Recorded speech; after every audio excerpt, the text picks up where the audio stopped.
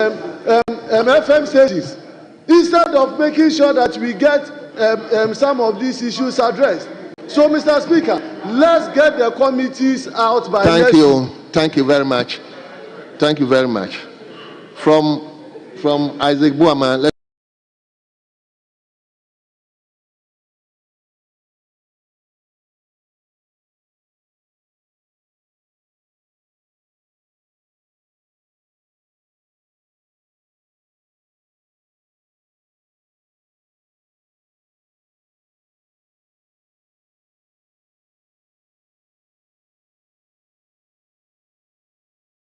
I know you are busy preparing your answers, but I want you to listen to this bit.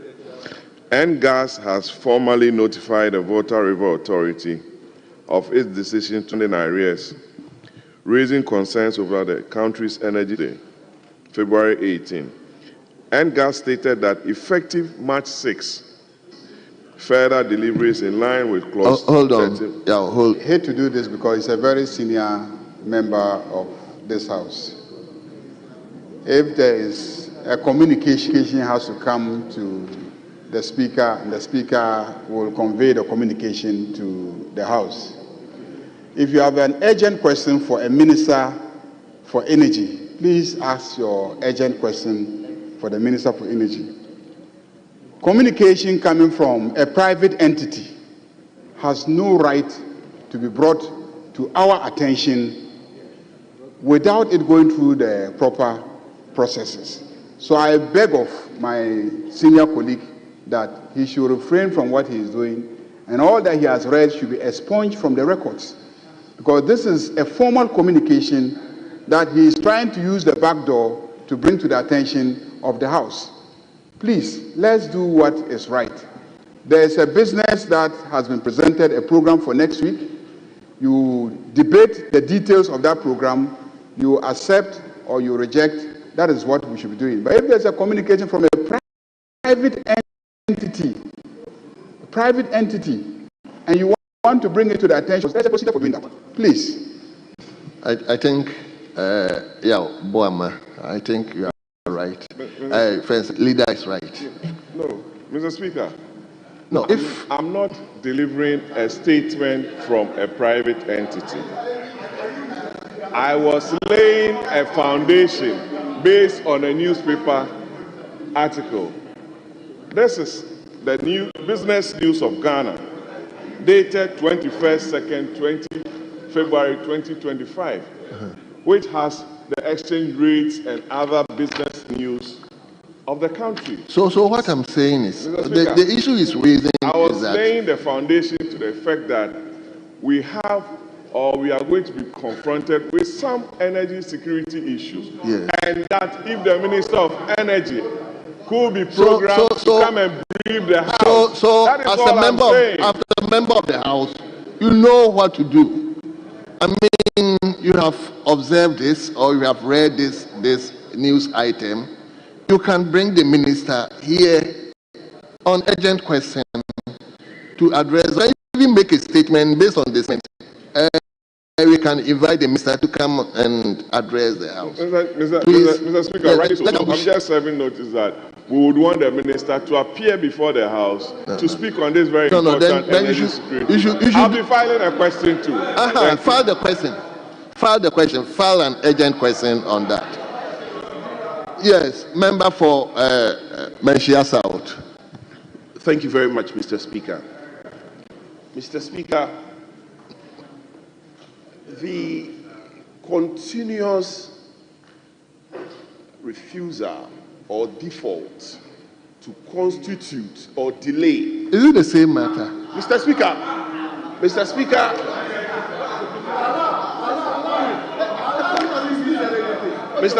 Yes, go on. Mr. Speaker, there is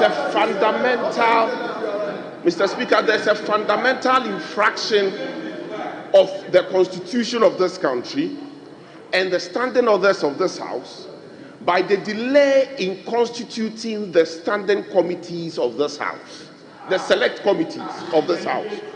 Mr. Speaker, When you look at Article 103 of the 1992 Constitution, Mr. Speaker, with your liberty I read, it says that Parliament shall appoint standing committees and other committees as may be necessary for the effective discharge of its function. Mr. Speaker, the procedure for taking this step, very respectfully, is provided for by 204. Indeed, not just the step, the approach, but also the timing. Mr. Speaker, I will again take your liberty to read the Standing Orders 204, which is titled Appointment and Composition of Committees. Mr. Speaker, it says that 2041 says, at the first meeting of the first session of Parliament, there shall be appointed standing and select committees of the House for the effective and efficient exercise of the powers and performance of the functions of Parliament in accordance with Article 103 of the Constitution. So we are in the first meeting? Yes, Mr. Speaker. Mr. Speaker. Mr. Speaker. We are about, Mr. Speaker. Mr. Speaker. Honourable members, let's listen to him. Let's listen to him. Yes. Mr. Speaker, we are about to vet another batch of ministers. Mr. Speaker, under Standing Orders 217, for the appointment committee to be complete, Mr. Speaker, we need the committees in place. Mr. Speaker, the committees are not in place. Mr. Speaker, very respectfully, we think that we cannot support the continuous breach of the standing orders of this House. Mr. Speaker, unless Honourable member, the Constitution, Honourable member, Mr. what Speaker. you read to the House, I don't think there's any breach. Mr. Speaker, there's a breach. Mr. Speaker, very respectfully, if you may allow me. Mr. Speaker, 2052. Mr. Speaker, Mr. Speaker, Keep quiet and listen. Mr. Speaker, 2052. Mr. Speaker, Honourable members, you get the opportunity to speak, please. The Committee of Selection, 2052. Honourable member, hold on. Yes, Majority Chief Whip. Speaker, I thank you for the opportunity. Speaker, I rise in pursuance of Order 1221. Mr. Speaker, this is a House of Records. If the honourable member is minded to anchor his submission on the fact that some committees are yet to be properly constituted, he should say so. Please, Mr. Speaker, please. I've tried to listen to him in quietude. He should learn to listen to me in quietude. The point I am making is that it is inaccurate, most inaccurate, for him to say bluntly that committees have not been formed, that there is a refusal to constitute committees. That cannot be accurate. If he intends to say that some committees, the formation are not yet complete, he should say so. In any case, this matter was addressed just yesterday. He has not cited a single provision that says that the committee formation is time bound, but so and so and so and so. He has not.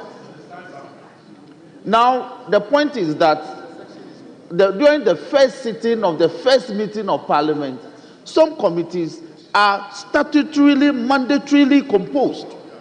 It is those committees whose further duty and mandate it is to constitute the committees of Parliament. So, honourable member, you came under Mr. a Speaker, point of order. Mr. Speaker, my point is that he has misinformed the House.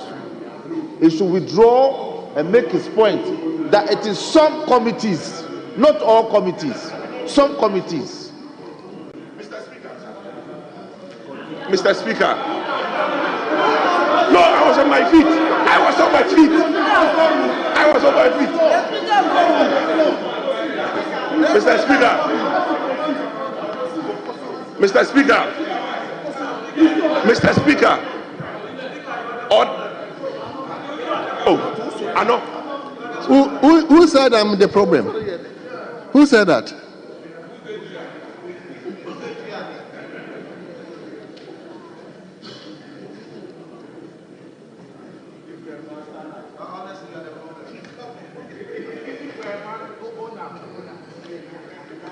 Speaker, it's important our colleagues pay attention to our observations. This is a normal practice. A business statement is presented. We make input into the business statement. You have to tolerate, please, with all respect. Speaker, back to my whip, Majority Chief Whip. 2 speakers have ruled on this matter I want to raise, on business statement. Business statement is always at large. And the majority leader is a capable hand. In fact, for the fleeting period we've dealt with him, he's shown competence and leadership. I'm wondering why the Chief Whip will come in on a point of order 122. I mean, what is that? With the greatest respect to him. No, a matter has been raised which is germane, relevant, and let's allow the majority leader to respond accordingly. He can't come on a point of order, Mr. Speaker. He cannot. He is rather disrupting the process. Very well. And we should allow him to speak. Very well. Very well. Let him make his observation. Very well. Very well. My majority whip, please.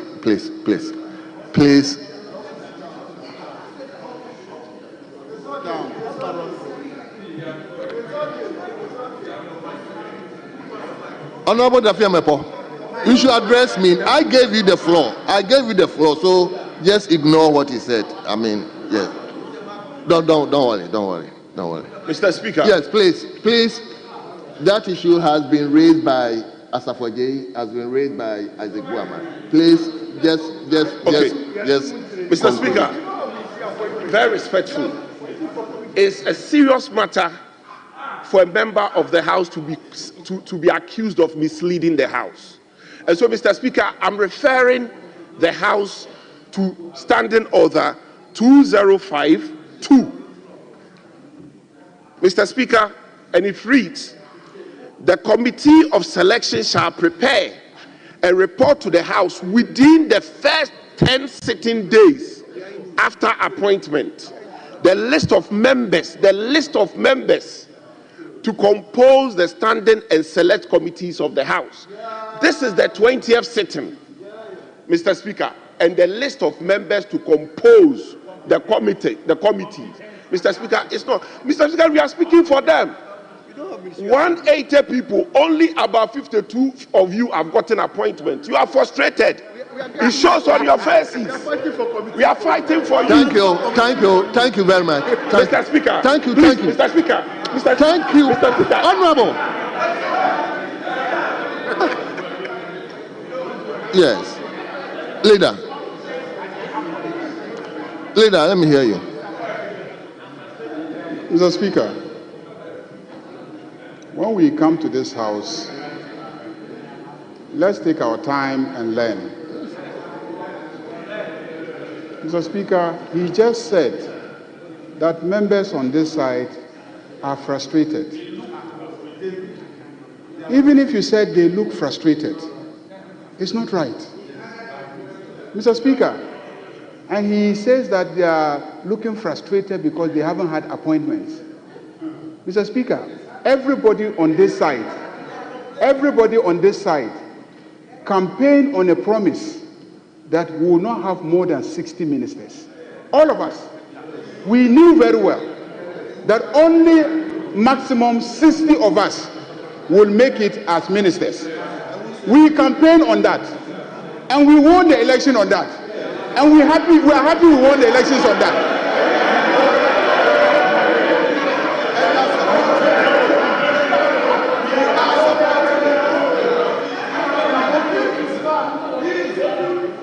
Mr. Speaker, this side is okay. We are satisfied. We are satisfied. We are satisfied with the numbers. Indeed, this side of the House, with those who have agreed to do business with us, we are 188 in number because of that promise. Because we promised to Ghanaians that we will make it only 60. Mr. Speaker, so it is wrong for anybody on this other side, led by their leader, to keep alluding to the size of the number of ministers and the question of appointments in this chamber. I want to place it on record that this side is satisfied. We have no issue with not being made ministers.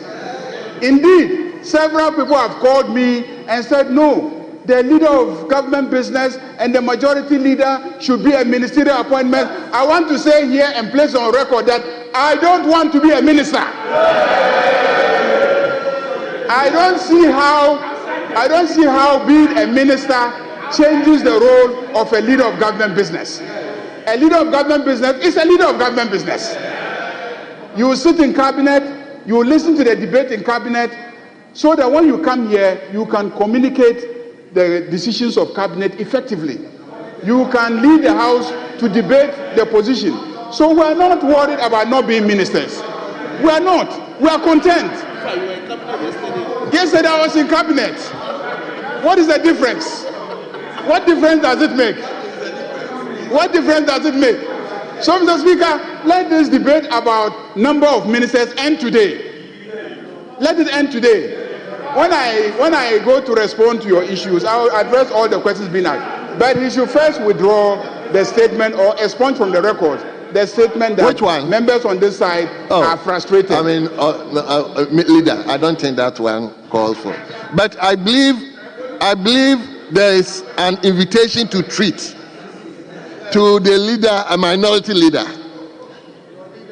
So, minority leader, I think invariably he has invited you.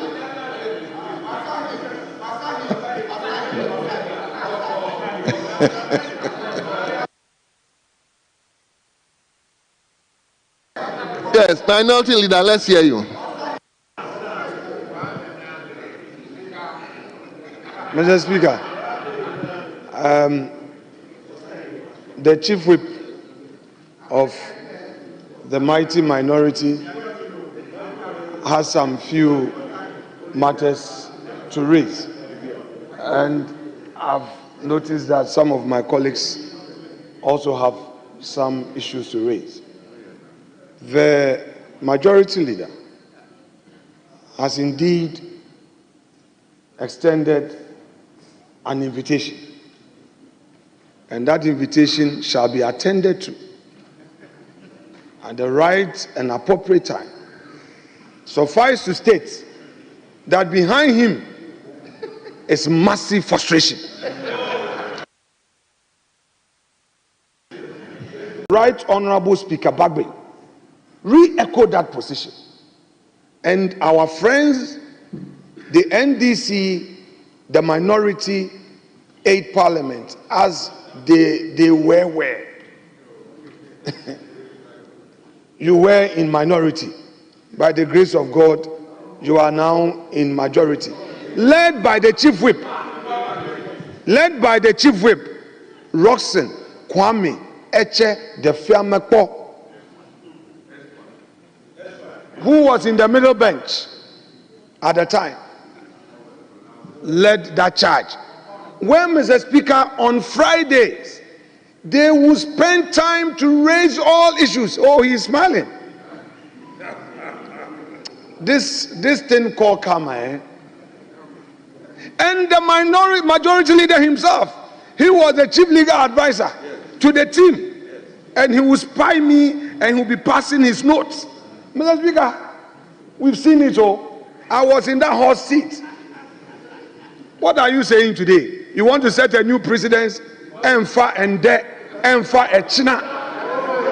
deɛ ɛsɛ sɛ yɛka biara yɛbɛka munya abotrɛ ntwɛn yɛkasa yɛnwie Mr. Speaker, this is not the time to now tell us that business statement, confine yourself and whatever.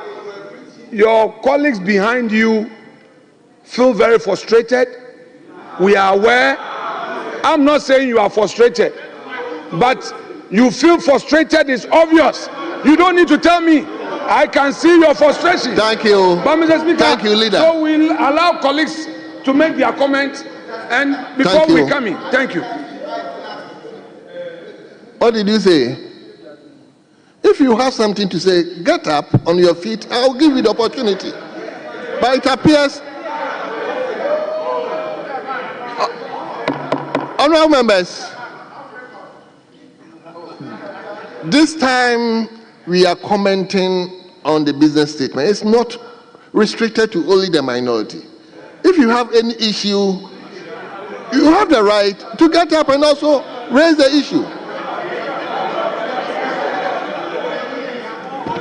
Yes. Yes, Professor Nyako. Rabbi, Honorable Speaker.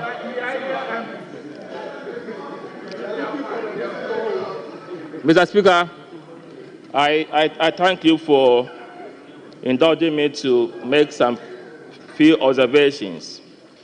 Number one, when our respected majority leader was making the statement on the business for next week, he said that members should be in the House latest by 9:15, and that the doors should be shut to anybody or any member who comes in afterwards.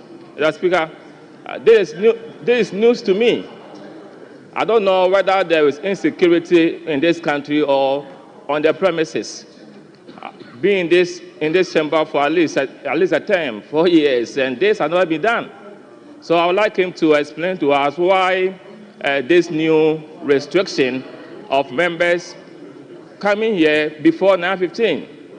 We need an explanation, unless there's something that we don't know. Otherwise, this is completely unfair to us. Number two, it has been in the news on Tuesday that the Minister for Communications, Digital Technology and Innovation to be completely unacceptable, because if you read the Electronic Communications Act 2008, if you indulge me, Section 13(3), and I read, where the authority decides to suspend or revoke a license or authorization, the authority shall Honorable Professor Nyako, I'm not cutting it short. This is an issue. You can bring the minister here to respond. So I think you have the tool. You have the tool to bring the minister here, either on an urgent question or by a statement. So I find it a bit difficult, I must confess. It's like my brother Yabuama, the issue he raised. I mean, the ministers are there to serve the nation, and they do that by at times responding to certain issues you raise. So this is a fundamental issue, and I share with you. But I think this time, for me, is not appropriate. Fine, you've raised it, fine, you've all noted it, but I think you should do well by bringing the minister here to respond to you and by extension to the nation. So I will urge you to file an urgent question. Mr. Speaker, to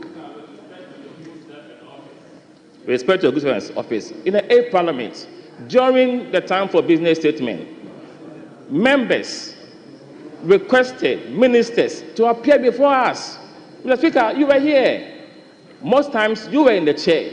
And this was done where our colleagues on Fridays requested that ministers appear before the House to respond to some of these issues. So it's not new. I'm not doing something new. So by what you are doing, what do you seek to achieve with this? My point is that there is tension out there. Yes, that's what I'm saying. That's what I'm saying. And I'm saying that we need the minister to be here, to be invited to be here, to let us know the rationale behind the decision that is taken. So how are you going to invite the minister? Through your good self. To your good self. To your good self to do that. To your good self. Prof, I know you are experienced, and we should know how to bring the minister here. Right? So I'm giving you a clue. Please file an urgent question so that it will immediately be dispatched to the minister to come. My next observation, I yield to your judgment, because I want to put on record that this is not the first time such a request is being made, but I yield to you because of your experience. My other and last issue has to do on item C, statements. I remember yesterday or the day before, you did say that statements should be of a maximum length of 2 pages. But I also think that statements are important for us and also for future references in terms of research. That is why I'm pleading with us that we need to encourage the writing of statements grounded in research. What we can do is that we can, as we do it when we are laying reports, that the report should be captured in its entirety whilst we read certain portions of the report. So I respectfully request that limiting statement to only 2 pages wouldn't help us. We can't do meaningful research to guide us into the future. Otherwise, we are suggesting that we are just making fun of statements. But you spend time to do thorough research. 2 pages or less, Mr. Speaker, with all due respect, is not the best. Let us agree on the quality, regardless of content. But we can on the floor just give excerpts while the HANA department captures the entirety of the statement. Well, honorable member. Thank you. Honorable member. Please. Honorable member, let me refer you to our standing orders 94. 94. The time for statements shall ordinarily not exceed 1 hour, except that the speaker may permit statements and comment outside the prescribed period in exceptional cases. At times we may have, today we are going to take at least 4 or 5 statements. And the statements, at times the comment alone can take a lot of time. So if leadership and the House do not manage the statements, and yesterday, the last 3 days, one statement, 6 pages, and I realized that the maker of the statement himself, when he was reading, was even tired. So if we decide to manage the statement in such a way that a lot of members can get the opportunity to make statements and to comment, I don't think it's out of place. I don't know. As much as I share your view, let's also look at the interests of all members. Because a lot of people today, we have as many as about 10 statements here. And everybody is so desirous to read his statement, his or her statement. So that's why we are trying to come out with at least a policy that a statement should not exceed 2 pages. I mean, we went to secondary school those days, we did summary. And you put the salient areas in the statement in such a way that it will catch what you want to portray. So, Professor, I think you've raised a fundamental issue, but I think for the good of the House, let's go by what we intend to do. Nobody from this side? Leader, will you respond to them so that we take a second batch? Very well.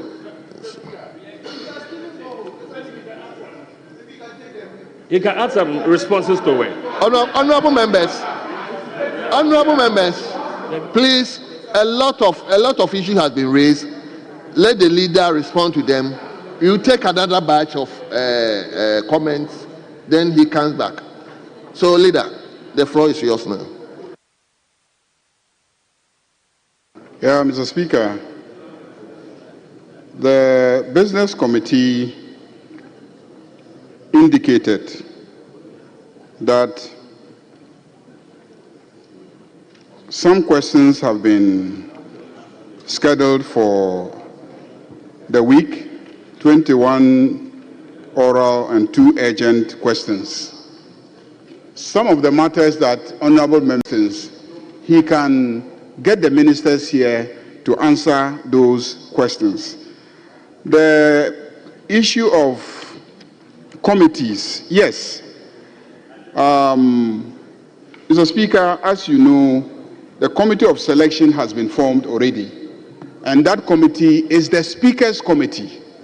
So the issue of the work of the committee of selection is the responsibility of the Speaker. So we will convey your concerns about the timing of the composition of committees to the Right Honorable Speaker. I think that your concerns are legitimate, that we should speed up the process and have the committees inaugurated or established early so that they can assist with the business of the House. But on the question of the claim that we have violated the Constitution, you can see that the Constitution in Article 103 says that the Standing Committee shall be appointed at the first meeting.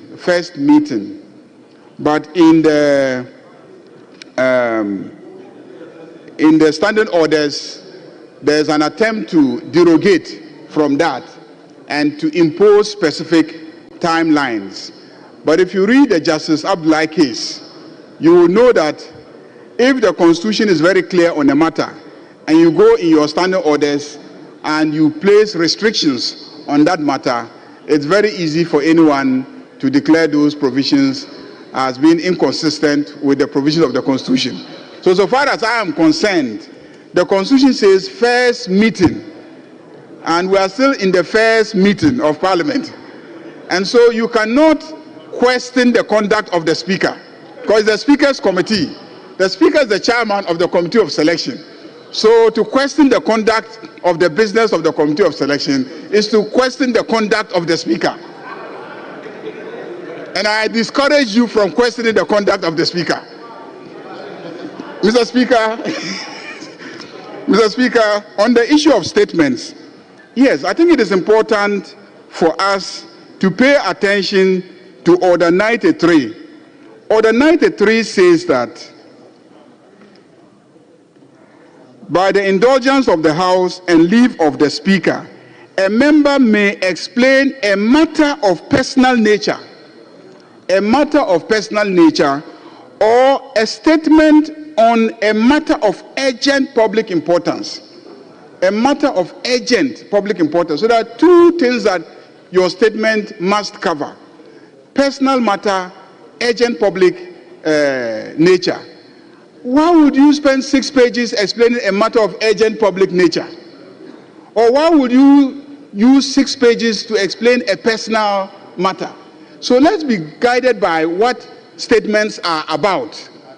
They are about personal matters and also urgent public matters, and that is why you should be brief. In fact, in some jurisdictions, it is 1 page. The Canadian Parliament, I'm told, you cannot exceed 1 page. In some jurisdictions, they just give you a few minutes to make those statements, so that as many statements as possible can be taken on a day. And so we are trying to streamline these matters and insist that be brief about it, because if it's an urgent public matter, you don't need 6 pages to tell us what an urgent public matter is. And so if you have a thesis you want to share with us, you can bring us the 2-page statement and then refer us to your thesis, and then beg that your thesis should be captured as part of the Hansard of the House. Mr. Speaker, I think that these are the 2 critical issues that have been raised by the committee members. But people should know that the business committee is made up of representation from both sides. So when the business committee is going for its meeting, you can always communicate to your members matters that you think should be part of the business. And they will raise it with us at the business committee meeting and we'll program it. And then also program yourself to ask questions. And then also use the opportunity to make statements of some urgent public importance, such as the statement that he was going to make about the communication he was going to read about the energy situation may actually be a matter of urgent public importance. But it's not for business statement. You can come tomorrow morning, Tuesday morning, and then make an urgent statement. And we will discuss it. Yes, and this was the chair of the majority leader. And he always drew our attention to these issues as well. So thank you very much, Mr. Speaker. Thank you very much. So, Honorable, we take the last batch of questions. He left out one question that I asked. Prof, enough is enough. Let me give other members. Let me give other members opportunity, please. He forgot. Mr. Speaker, there was something about the time to be here and then the security arrangements. At all times, this has always been the security arrangements. It has always been the case that when the president is here, we have different security arrangements to take care of the presence of the president here and then the vice president and the chief justice and others. And you know that somehow the drummers will be here and then there will be restriction in terms of the movement in and out of the chamber. And we encourage all the time that MPs should come early, be seated so that we start on time. And this is an arrangement that the clerk has always put in place. This is not the first time that these arrangements are being made. Thank you very much. Yes. 1, 2, 3, 4, 5. And afterwards, no, you have spoken. I wouldn't give. Yes. Mr. Speaker, thank you very much. I've followed up on the security arrangements. So if we come on time, and we are supposed to be out for some nature call, are we going to be allowed in?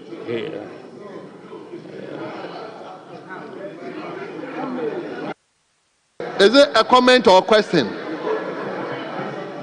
Honorable Akwa, is it a question or comment? No, it's a follow-up. It's a follow-up to the security arrangements. Well, a follow-up to the security arrangements. Leader. Are we going to be confined to our chairs? Leader, please listen to him so that you please. Majority Leader, I was asking that if we come in on time and we're supposed to attend to nature's call or move outside, are we going to be allowed in or we are going to be confined to our chairs? Yes, Dr. Kabilu. Thank you very much, Mr. Speaker, for the opportunity. First, I would want to commend the Business Committee for capturing 3 of my several questions to be asked of different ministers, and I want to commend them highly for letting my questions find expression in the business statement for the ensuing week. Mr. Speaker, that's it. My second issue has to do with the response or a comment made by my senior brother and respected leader of the House, Honorable Mahama Ayarga. He announced to this House that he sat in cabinet. Mr. Speaker, the Constitution of the Republic, Article 76, states, there shall be, with your indulgence, I'll read, there shall be a cabinet which shall consist of the President, the Vice President, and not less than 10 and not more than 19 ministers of state. Mr. Speaker, the Honorable Majority Leader is not a minister of state. He will need to be appointed as a minister responsible for parliamentary business to have the local standing to be in cabinet. Mr. Speaker, my brother is just drawing our attention to a clear violation of the Constitution. Unless he was there as an observer. If he was there as an observer, Mr. Speaker, then he should communicate it as such. If he was a member of cabinet, then it's a violation of the constitution, Mr. Speaker, and he has to be drawn to the Mr. Speaker. Yes, Lawyer Anthony Mier. Thank you, Mr. Speaker. I wish to draw the attention of this House to a very pertinent issue that has been lingering for some time now. To the best of my knowledge, I believe parliamentarians represent the concerns, the views, and the interests of our constituents. This House should hold 276 members, if I'm not mistaken. If you look at the gazetted members, you would realize that you have only 275 members therein. Ablekuma North is outstanding. Time without number, members from our section have drawn the attention of leaders responsible for elections, leaders responsible for security, to this very issue, to make every effort to finish the counting for declaration to be made, so that the good people of Ablekuma North could also have their representation here in this House. Technically speaking, the people of Ablekuma North are being disenfranchised as a result of the fact that people who are responsible for the election, for declaration of election, are refusing to perform their duty. I believe that this is very serious, and we need a solution, a one-time solution to this problem. Thank you very much. Yes. Yes. No. Yes.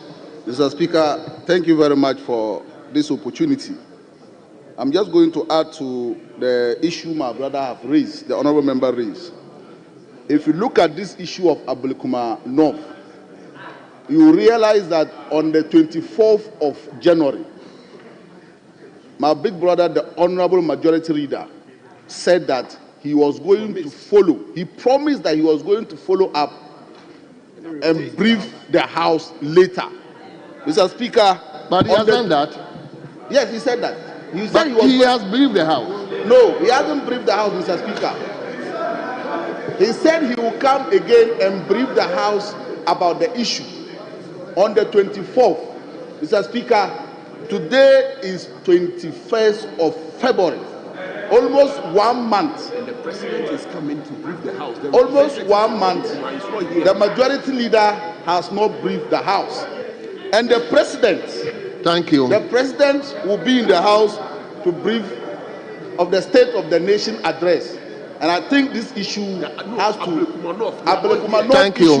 be updated, and we need to get a member of parliament for Ablekuma North before the president address the nation. Thank you. The last person, member for Tafo.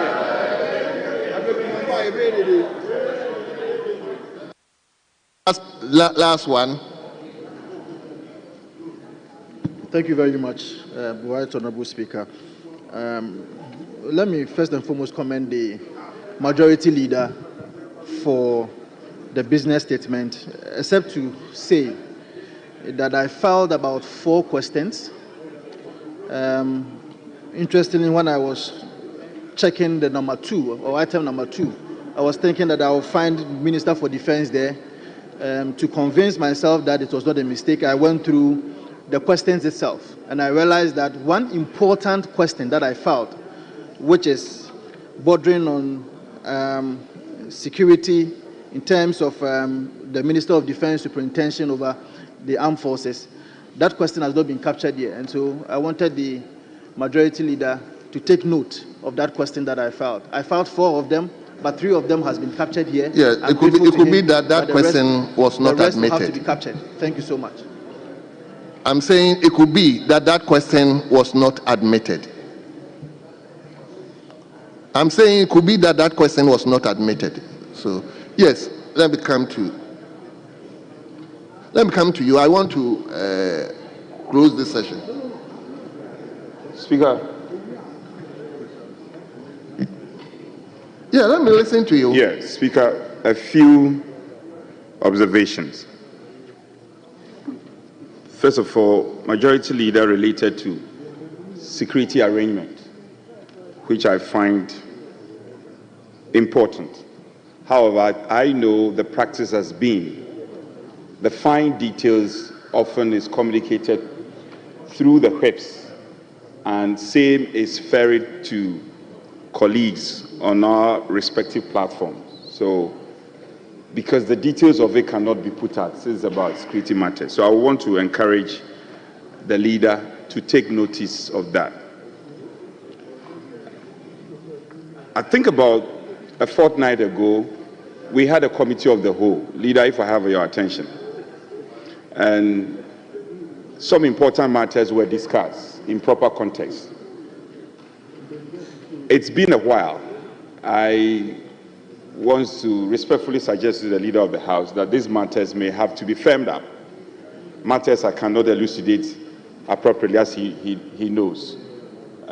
We need to come to some conclusion on these matters, which cannot be discussed at plenary, so that we can get the House appropriately prepared to receive His Excellency the President. These are very important matters, and the Leader of the House, I'm sure, understands. Speaker, I've looked at the business statement.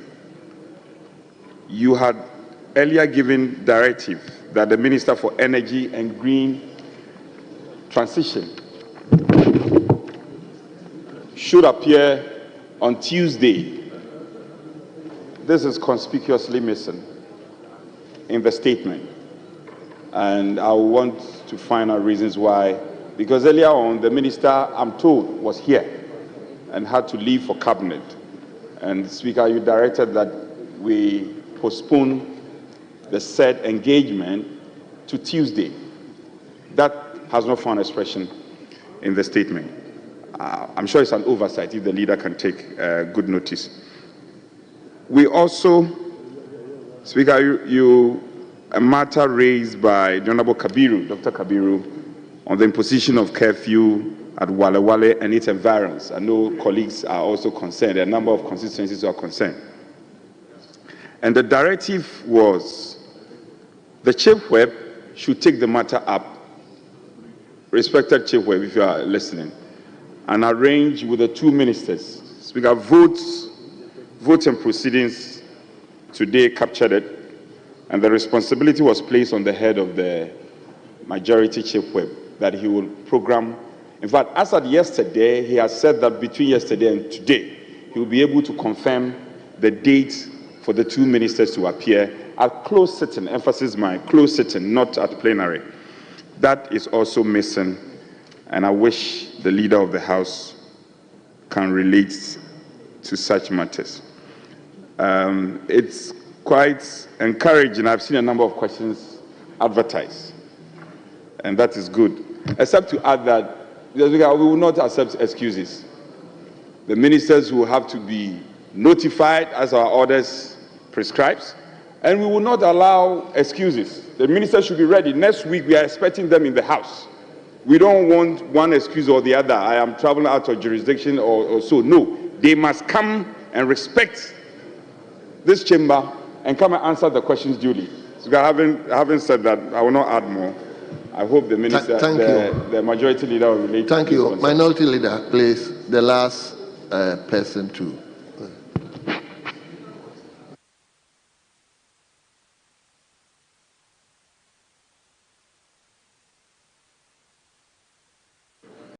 In the course of the week,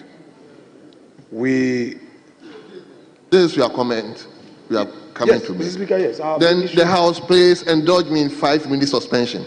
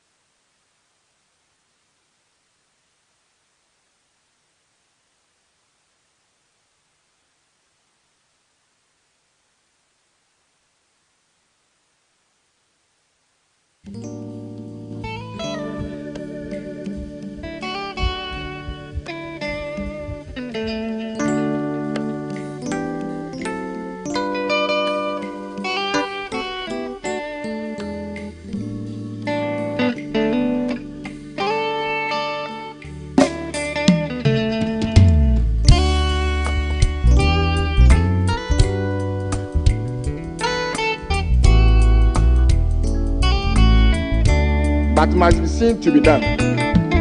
Mr. Speaker, as we observe Social Justice Day, let us recommit ourselves to policies and legislative reforms that uphold these constitutional principles.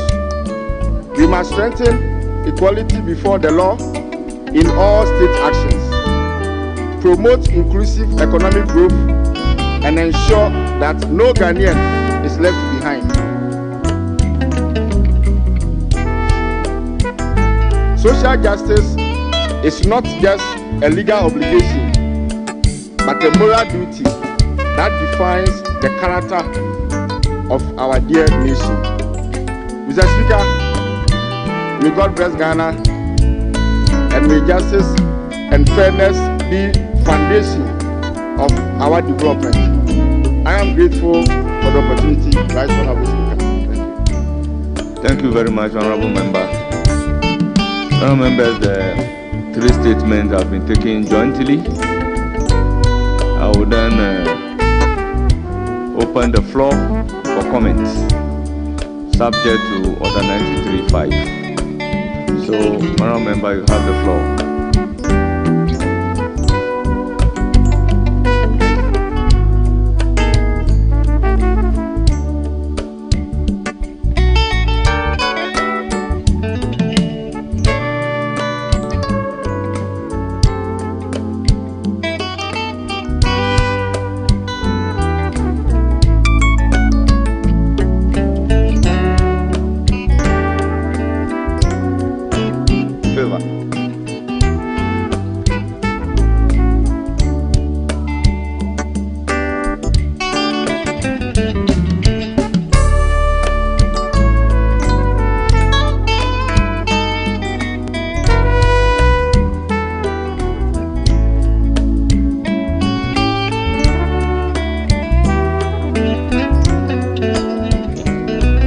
The ruling yesterday was that. And business statement for the 7th week, but leader, please indulge me to acknowledge our children. So, the Minister for Trade, Mr. Speaker, we have scheduled 23 questions to be answered by 6 ministers, namely the Minister for Finance. There's 1 question posed. The Minister for Energy, there are 4 questions. The Minister for Gender, Children and Social Protection, 4 questions. The Minister for Trade, Agribusiness and Industry, 2 questions.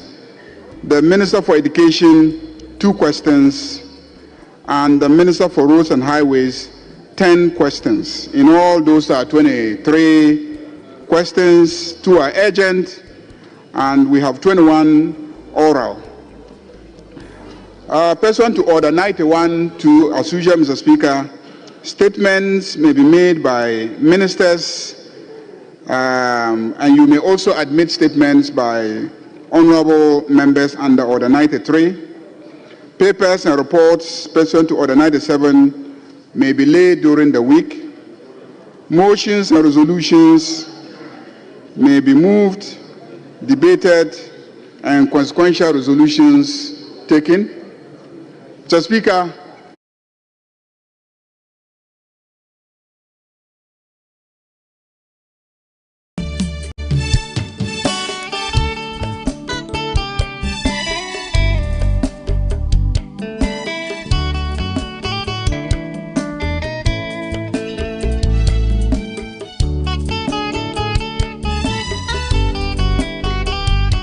the Minister for Communication, and they are one station that is able to reach the remote parts of our country. They need support. We've seen other media houses, particularly the private media houses, getting prominent lately in programs of the states. We don't see GTV doing live broadcasts. Mr. Speaker, if it's about resources, I would again want the Minister of Government Business to program the Minister of Communication and Digitalization to come to this House to brief us on steps that the ministry is taking to resource GBC. Mr. Speaker, they have very nice programs, especially their breakfast show, very educative. And if GBC does not get the support, they are likely to collapse. We don't want that to happen. So GBC would need support, and I would want the minister to address the House and assure us on steps that the ministry is taking in that endeavor. Mr. Speaker, there is also this issue of Galamsey. Mr. Speaker, the Minister of Lands and Natural Resources, Honorable Ama Kofi-Boa, came to this House to make a certain revelation. That revelation was to the effect that over 9 out of our 44 forest reserves have been completely taken over by illegal mining tax with impunity. He says that, Mr. Speaker, the Forestry Commission no longer has access to these forest reserves in the short term. He again explained that the Forest Guards and the Forestry Commission's Rapid Response Team are unable to confront these miners effectively because they lack the advanced weaponry the Galamsey operators possess. Mr. Speaker, he told us this only yesterday, Wednesday the 19th of February. Mr. Speaker, I wouldn't want to say this is very rich, but this is very alarming. And Mr. Speaker, the minister only lamented and fell short of assuring the nation what steps government was going to take to address this thing with alacrity. Mr. Speaker, I am on the basis of that also inviting the leader of government business to program the minister to come back and brief us on the intervention that he intends to put in place. We have the military to support government. Forestry Commission need resources. It cannot be said that ordinary citizens possess sophisticated weapons and therefore they are destroying our water bodies. Mr. Speaker, just this week, we had a number of statements being made on water situation in our country. A member made a statement on the situation of water supply. Our people are not getting potable water to drink. Mr. Speaker, in Winneba, the hospitals were complaining that Ghana Water is unable to provide water. We know water is life. Ghana Water has its own challenges, and our water bodies are also being polluted. So, Mr. Speaker, this is a time for the minister to be very proactive, and he needs to come to this House next week to assure the nation of the steps his ministry is taking to address this problem. Mr. Speaker, again on water, the persistent shortage of water has led residents in Greater Accra in particular to rely on an expensive source of water. Mr. Speaker, we know how much water tankers cost, and people rely on sachet water and all. Mr. Speaker, these are serious matters, and we expect government to take action. Mr. Speaker, we have also been told by the leader of government business that His Excellency the President is going to be in this House next week, Thursday, as part of a constitutional imperative to present a message on the state of the nation. Mr. Speaker, Article 67 of the Constitution makes that provision. Well, we welcome the President, but whilst we patiently await the President, there are two issues I want the leader of government business to ferry to His Excellency the President at Jubilee. One, in the past, when His Excellency Nana Addo Dankwa Akufo-Addo had to come here on a similar constitutional exercise, he had to wait for several hours before entering the chamber. I hope that the leader of government business will put in place the necessary support systems to allow an early entry of the President into this chamber. It is his maiden entry into this house. He should ensure that all nagging issues are addressed, and he should ensure that the President is aware of the situation of this house. He is aware of the situation of the 187 and the 88.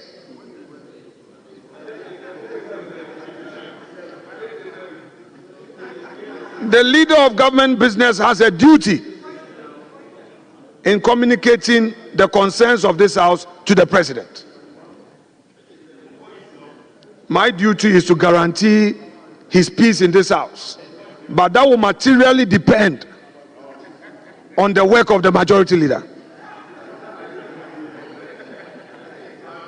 Mr. Speaker, I have told him what he is to do. I've been in that chair before, and I know what it is. Mr. Speaker, the second issue. In 2017, public sector workers enjoyed 12.5% increment, 2018 11%, 2020 15%, 2021 there was a 4% plus interim premium of 15%, 2022 there was 15% COLA on base salary, 2023 30%, 2024 23% between January and June, and then July to December was 25%. We have just had a paltry increment of 10%.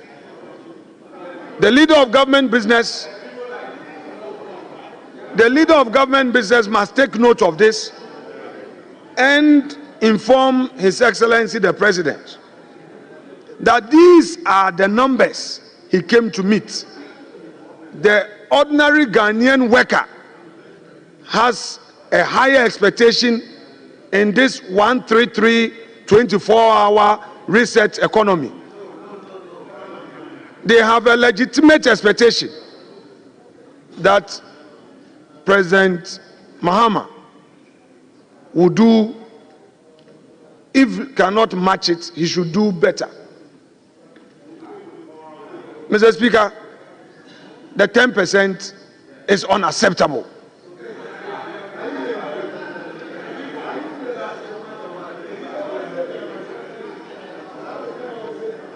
Mr. Speaker, last point.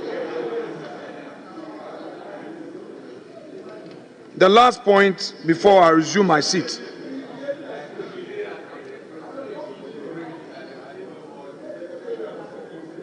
Mr. Speaker,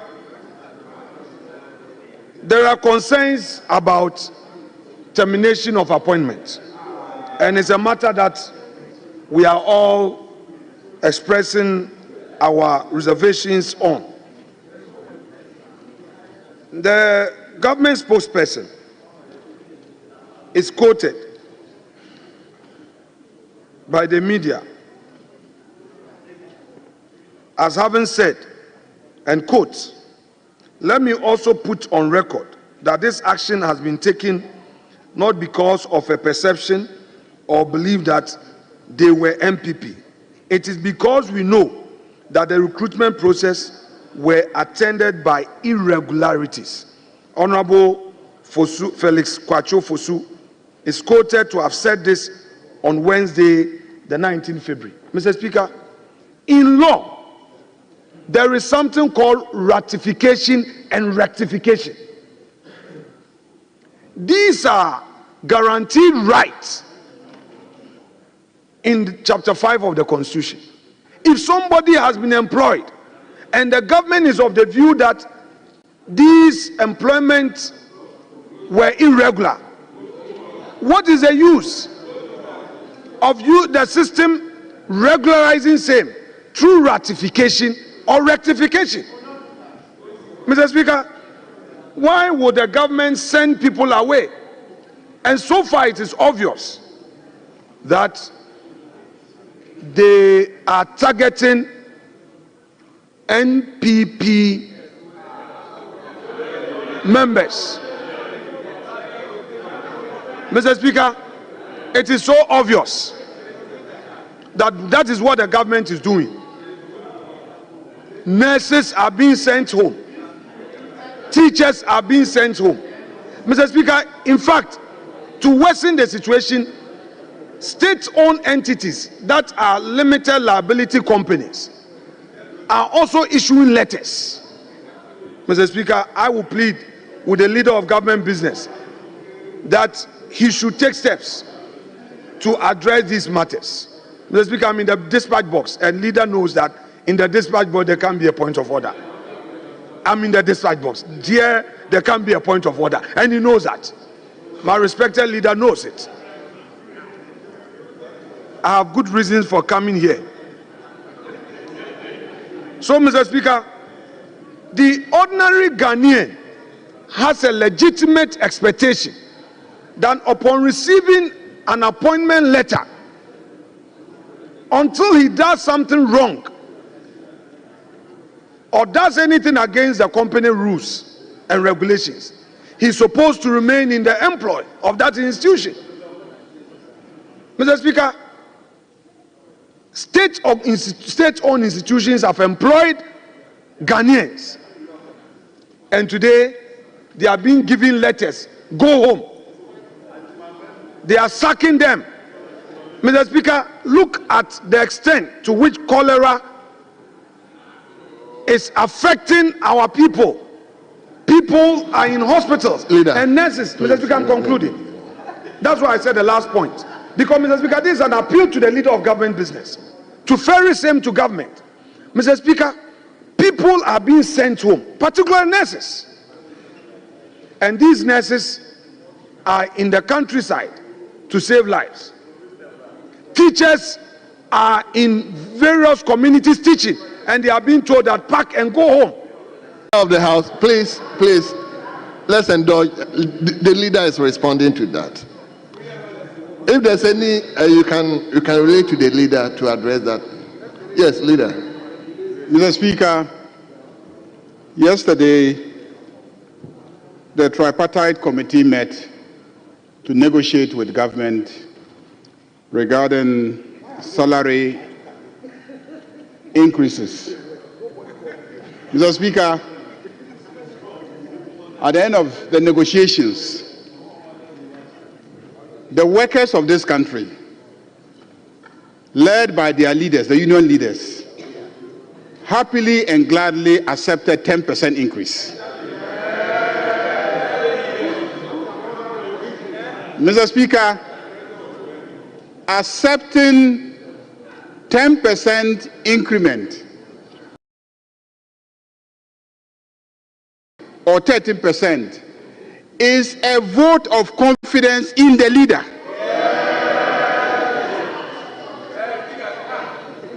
Because they are confident that President John Dramani Mahama, when he collects the public money, taxes, he will not be flying aircraft and bathing in the air.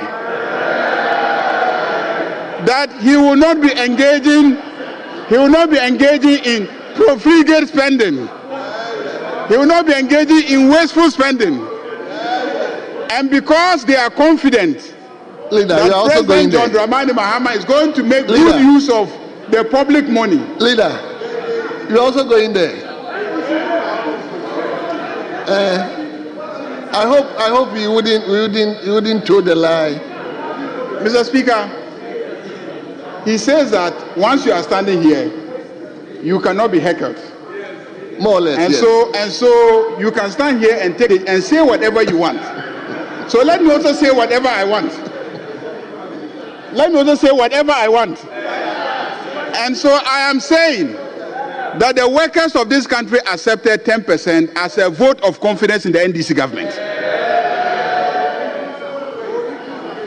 And Mr. Speaker, something wonderful happened. Something wonderful happened. For a very long time, presidents have not been interested in the negotiations. But yesterday, His Excellency, President John Dramani Mahama, went there himself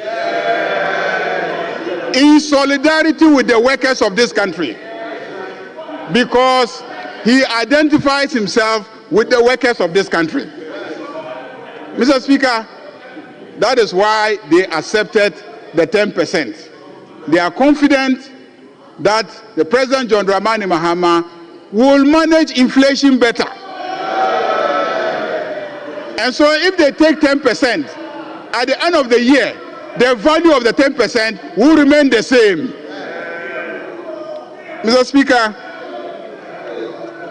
the second issue about recruitments, I think we discussed the matter last week, and I made our position very clear.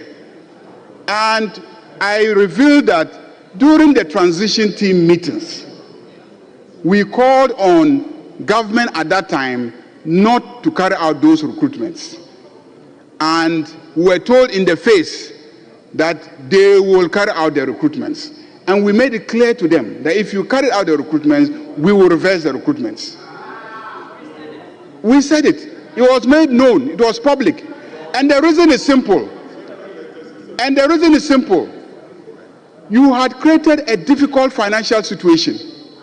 And so the point is that when you are leaving office, you should be the last person to try and encumber the incoming government with bills that they may not be able to afford. And so we cautioned and you refused. And went ahead and did the recruitments. That is why this government is reversing those recruitments. Because we told you, we warned you, we cautioned you, we tried to stop you, and you refused, and you insisted, and you recruited. And we have no regrets reversing the question, and the ministers may be brought here to answer questions. On the issue of curfews are routinely imposed by the Minister of the Interior. If any member has an urgent question about a curfew or a statement about a curfew, such as what was made yesterday, you can make those statements. And I'm told, I wasn't in the chamber yesterday, but I'm told that the Speaker indicated that the Ministers of Interior and Defense should be arranged to come and then brief the House on these curfews. And I believe that that will be done subject to the availability of the ministers.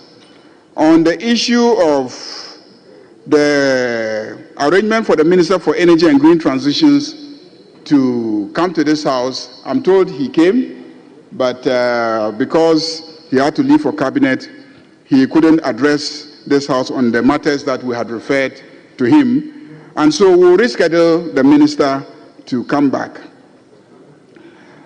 The Minority Chief Whip raised the issue of a meeting of the Committee of the Whole to further discuss matters relating to welfare of members of Parliament, so we can schedule one during the course of the week. On the issue of Ablekuma North, that has been severally raised. I just want to draw the attention of members to a number of constitutional provisions. First is Article 43 of the Constitution. And please pay attention. I need your attention. Article 43 says, there shall be an electoral commission. It is electoral commissions that organize elections. If you have a problem, go and see the electoral commission. Mr. Speaker, Article 46 also says, except as provided in this Constitution or in any other law not inconsistent with this Constitution, in the performance of its functions, the Electoral Commission shall not be subject to the direction or control of any person or authority.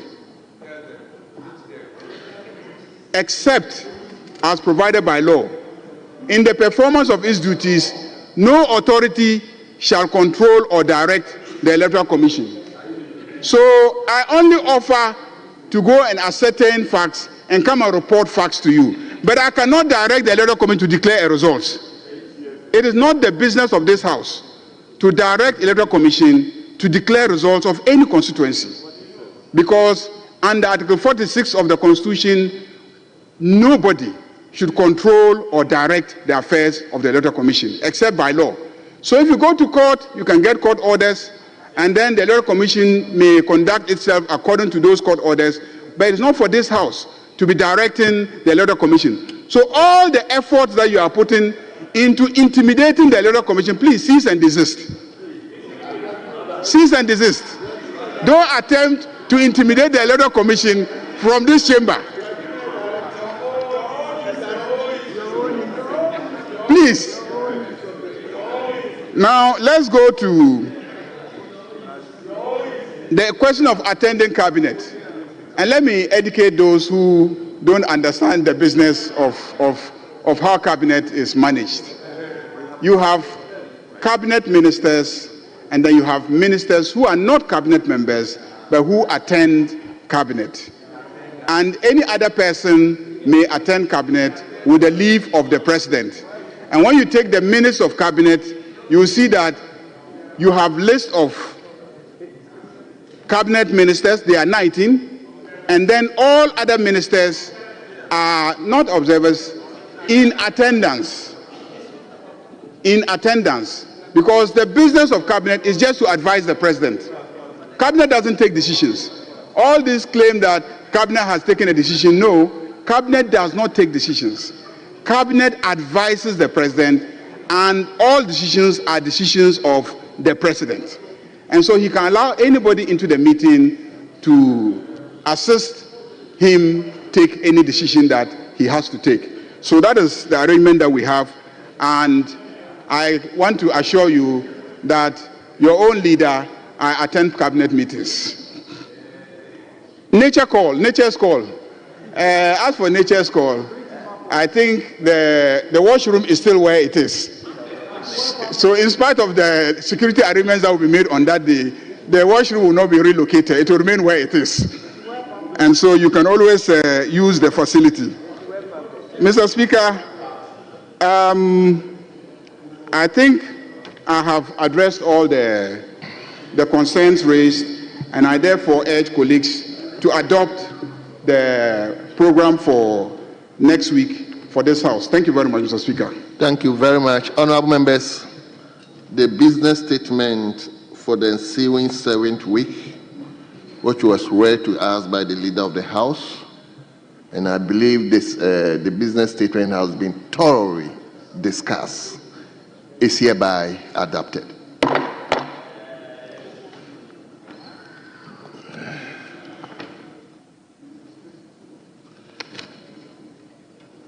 Yes, honorable members, we will turn to item 7, statements.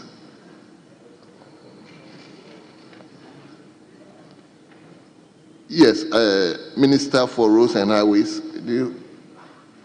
Mr. Speaker, I know you've passed that stage. I just want to confirm that my colleagues opposite who left government a few days ago, 10 of them, have asked me questions about roads, and I can assure you I'll be here on Friday to answer their questions for them. Just as an assurance. It's just an assurance that I'll be here on Friday to answer your questions. Very well. Honorable members, the first statement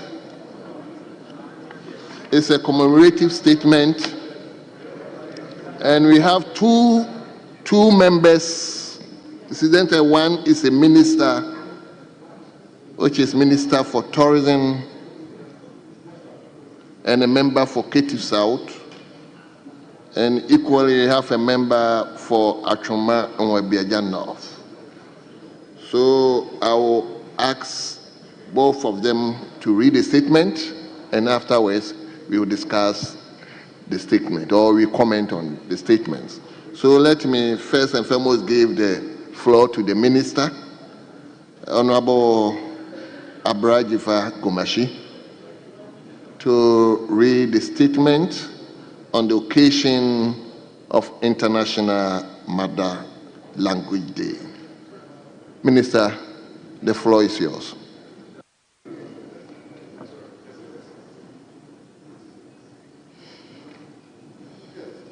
Is it?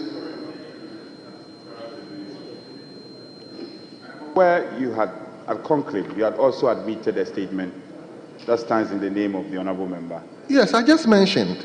Oh, okay. That's it. I just mentioned.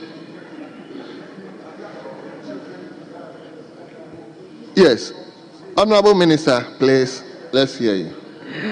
Mr. Speaker, thank you very much. It is interesting that the minority leader chose today, this remarkable day, to speak two Ghanaian languages when we're celebrating the International Mother Language Day. He set the pace, and I'm very happy about that. Mr. Speaker, the Universal Declaration on Cultural Diversity states that cultural diversity is as necessary for humankind as the biodiversity for nature. Mr. Speaker, thank you for the opportunity to make the statement on the floor of the House today, 21st February 2024. It marks the occasion of the International Mother Language Day celebrated globally. This year marks the silver jubilee of this observance, a significant moment that highlights the importance of linguistic diversity and the global commitment to preserving mother tongues as essential elements of cultural heritage and identity. Ghana, as a multilingual nation, is home to over 80 languages spoken across various regions. These indigenous languages are not just means of communication, but also carriers of our collective history, traditions, and cultural values. Unfortunately, many of our native languages are at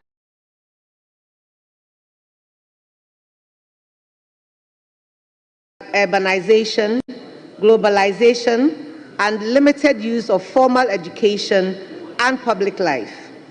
About 40% of the world's population lacks access to education in a language they understand, and Ghana is not exempt from this reality. The gradual erosion of our local languages threatens the very fabric of our identity and the intergenerational transmission of indigenous knowledge systems.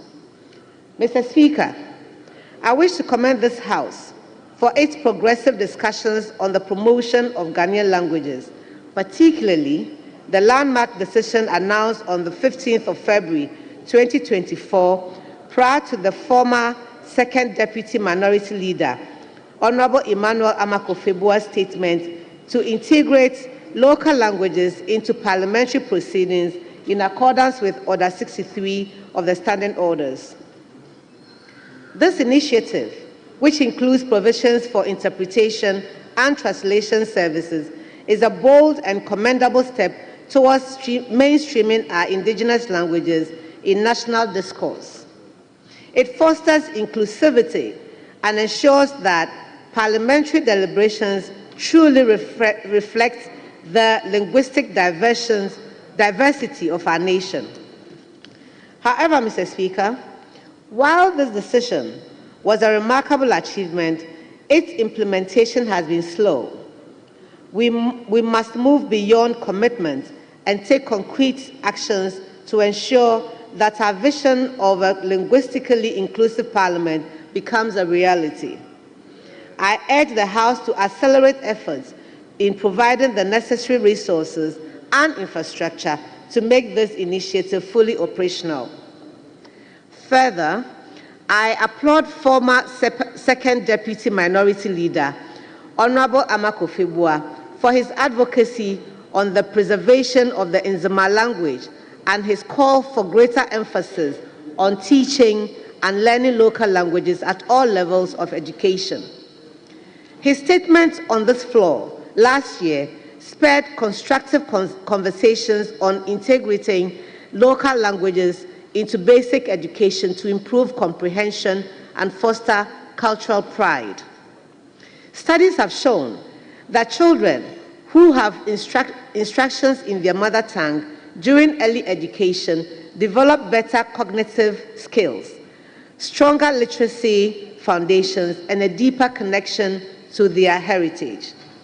Mr. Speaker, as a Member of Parliament representing the vibrant people of Ketu South, wherever is the predominant language, I am deeply committed to advocating for its preservation and growth, alongside other indigenous languages in Ghana. The Bureau of Ghana Languages has taken commendable steps in publishing educational materials in 11 local languages, including Ewe. However, these efforts must be reinforced with tangible policy interventions, such as increasing the number of trained teachers proficient in local languages, equipping schools with the necessary teaching and learning materials, and ensuring the systematic integration of indigenous languages into the formal education curriculum. I therefore call on the Minister of Education and the Ghana Education Service to take concrete steps towards the implementation of recommendations made by this House, particularly the adoption of local languages as mediums of instruction at the basic education level. Adequate financial and logistical support must be provided to sustain this initiative, ensuring that our language policies are not merely symbolic, but yield practical outcomes in education and societal development. Mr. Speaker, this year's theme, Languages Matter, Silver Jubilee celebration of International Mother Language Day, is a timely reminder that our mother tongues are not just tools of communication, but reservoirs of knowledge, history, and cultural heritage. As we celebrate this day, let us reaffirm our commitment to linguistic diversity and make deliberate efforts to safeguard our indigenous languages for future generations. By doing so, we preserve not only our words, but also the stories, wisdom, and identities that define us as a people. Mr. Speaker, Nelson Mandela said, if you talk to a man in a language he understands, it goes to his head. If you talk to him in his language, that goes to his heart.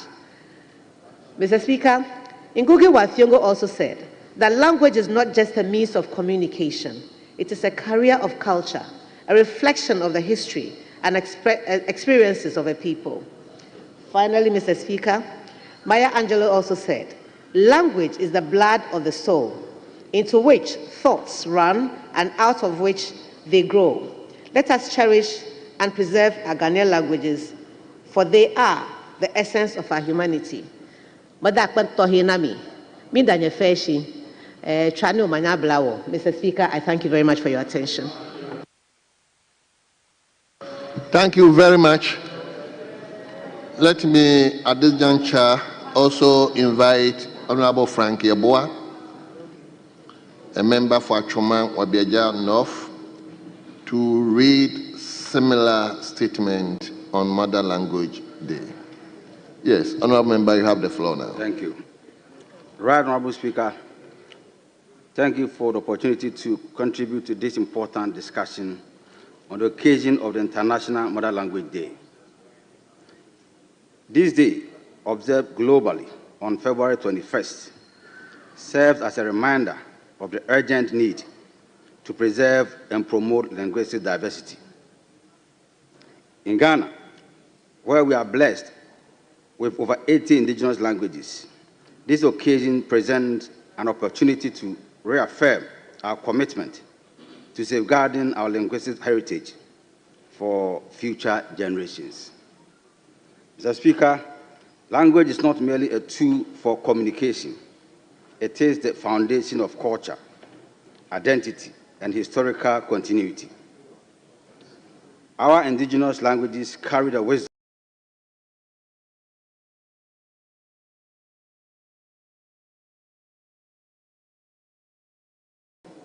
traditions, and world views of our ancestors, shaping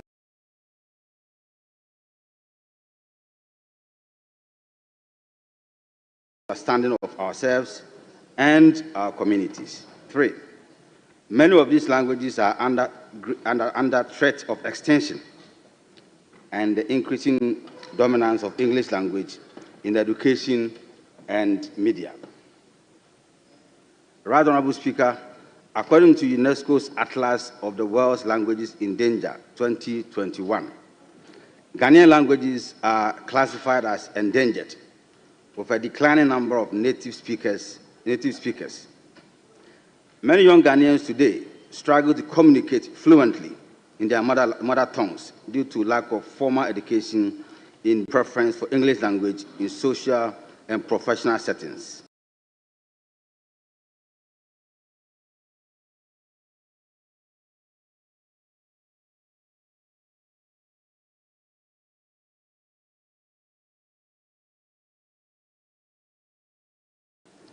This trend could result in the extinction of some of our rich languages, frequent shifts over the years. The current policy mandating its implementation has been inconsistent, partly due to the limited availability of learning materials and trained teachers proficient enough in indigenous languages. Right Honorable Speaker, the Bureau of Ghana Languages, BGL, established in 1951, has played a pivotal role in promoting and preserving Ghanaian languages through publications, translations, and however, the Bureau faces significant challenges, including understanding, inadequate and lack of modern technological resources. If we, as representatives of the people, are serious about preserving our indigenous languages, these institutions must be adequately resourced to fulfill its. Beyond government efforts, the role of community engagement, digital technology, and media cannot be overlooked. Promoting indigenous languages on radio, television, and social media platforms can help sustain their relevance among young people.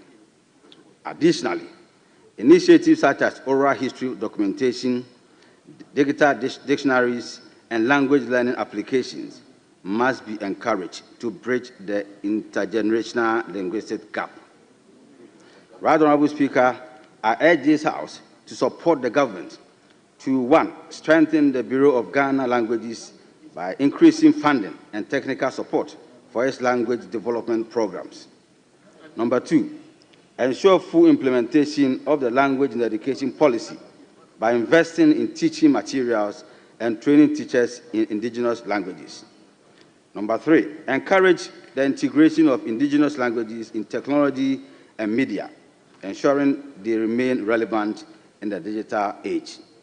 4, promote community-led language preservation programs, including storytelling, oral history documentation, and intergenerational language transition initiatives.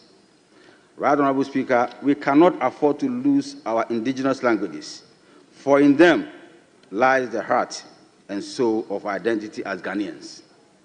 Let us act now to protect and promote them, ensuring that future generations inherit not just the words, but the history, values, and wisdom they carry. Right Honorable Speaker, I thank you once again for the opportunity. Thank you very much. Honorable members, we have 3 other statements, so indulge me to restrict the number of comments that we'll be having on this. So we are going to have 2 from each side. And if possible, I may even decline the leadership. Let's start with you. Thank you, Mr. Speaker. Mr. Speaker, let me begin by commending the two makers of this statement in commemorating today's celebration of Mother Tongue. And particularly, I'm also happy that our Minister in charge of Tourism and Arts of Culture was also herself here to make this statement. Mr. Speaker, some of us have been promoters of our culture and tradition. And language is one of the first ambassadors that shows from and who you are. Mr. Speaker, it is exciting to know that your mother language is written and spoken. And I come from Okre, who believes that we are one of the early settlers in Ghana. However, our language has never been written. And so it was exciting for me when the Bible Society of Ghana decided that they want to translate the language of Okre, translate the Bible into the language of Okre. And early this year, the first chapter of Mark was read. And you could tell the excitement and the understanding. Very young peoples were made to read the Bible in the Okre language. And so I add my voice to the call for especially this House, as a representative of the people, to take immediate action. Mr. Speaker, I believe that you would guide us so that at least to show commitment to the fact that we want to promote our mother language and to be proud as a people of Ghanaian speaking our own language. At least we should be able to work towards a roadmap that by this year we should be able to have an agreement of some of our local languages that will be acceptable in this House, so that we can express ourselves better. And our constituents who will also be listening to us and watching us on the screen can also appreciate some of the contributions that we make. It is funny, Mr. Speaker, you go on social media and people tend to make fun of some of us that because of English we are quiet in the chamber. Why should we be bothered that somebody cannot express him or herself in somebody's language? But this is what we have bedeviled ourselves with as a country. And so I am very excited that this statement has been made.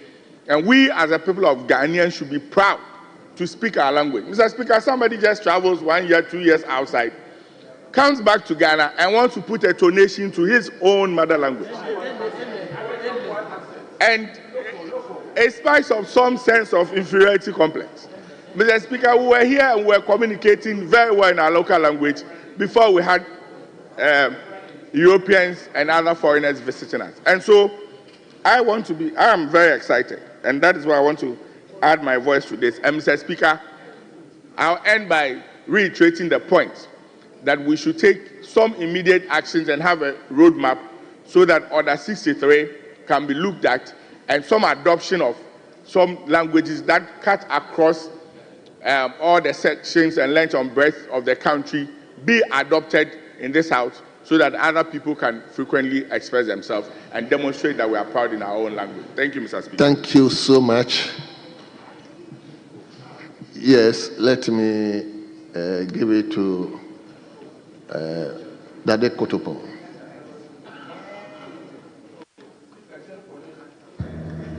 Thank you, Mr. Speaker, for the opportunity.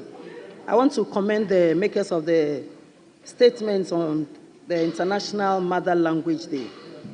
Mr. Speaker, it's exciting to note that we have a number of languages in our country, Ghana, but disheartening to note that most of these languages are not well taught.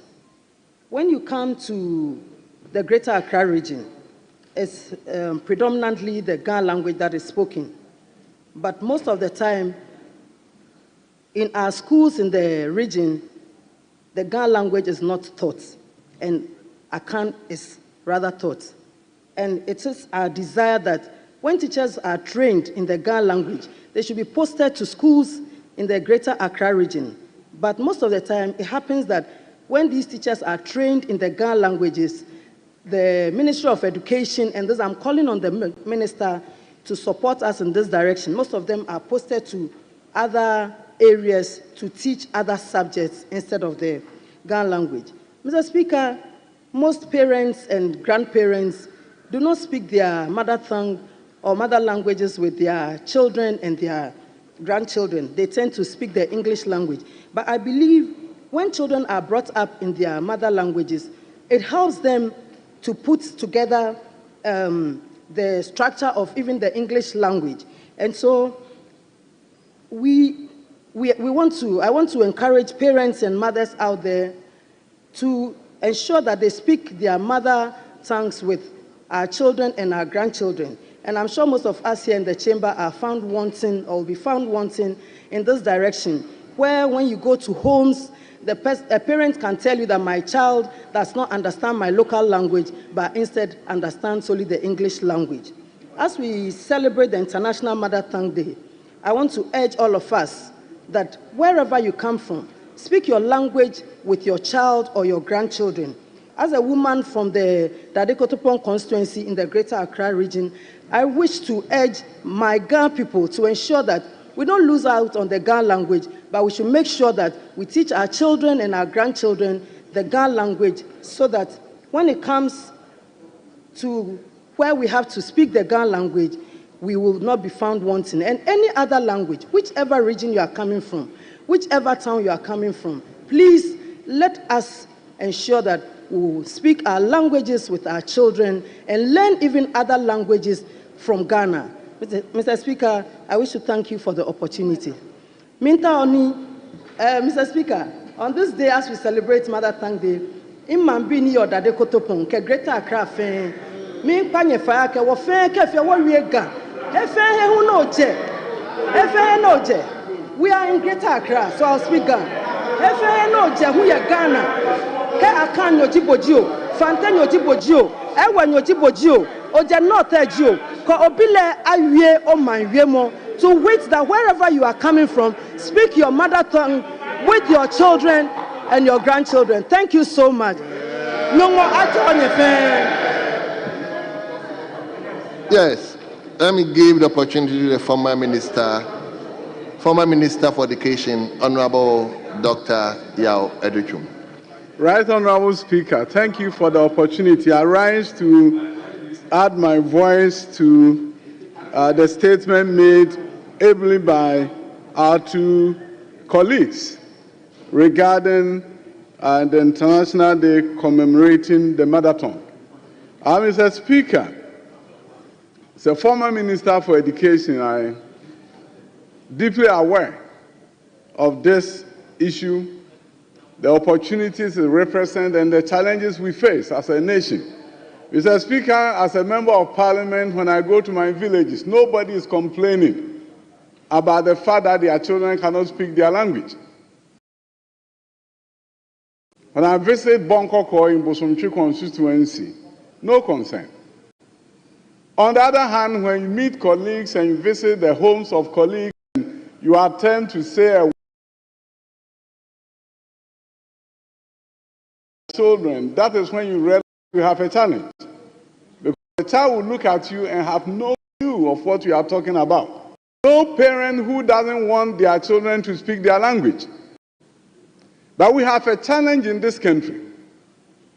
The lack of policy on second language acquisition, English language acquisition, then triggers this rush of parents sending their children to schools where they will only speak English, sending their children to private schools where the language of instruction will be English, because the mark of success of a student is measured by how well and eloquent they are in the English. Parents, they are making investment in the future of their children. The language of instruction, if it's in English, is what they think will accelerate them and make their children do well academically. Mr. Speaker, when you go to countries like the United States of America, there's a policy that regulates English language acquisition for students who come from homes where the English is not a primary language. Students are assessed annually to see if they are proficient in the English language. So parents feel comfortable speaking to their children in their mother tongue, knowing that their children are not going to be shortchanged in the education system.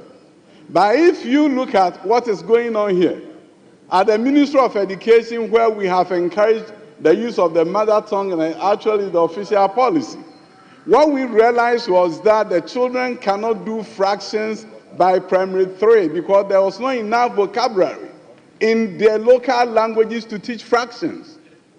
But if they were in a private school, primary 3, they will be able to do fractions.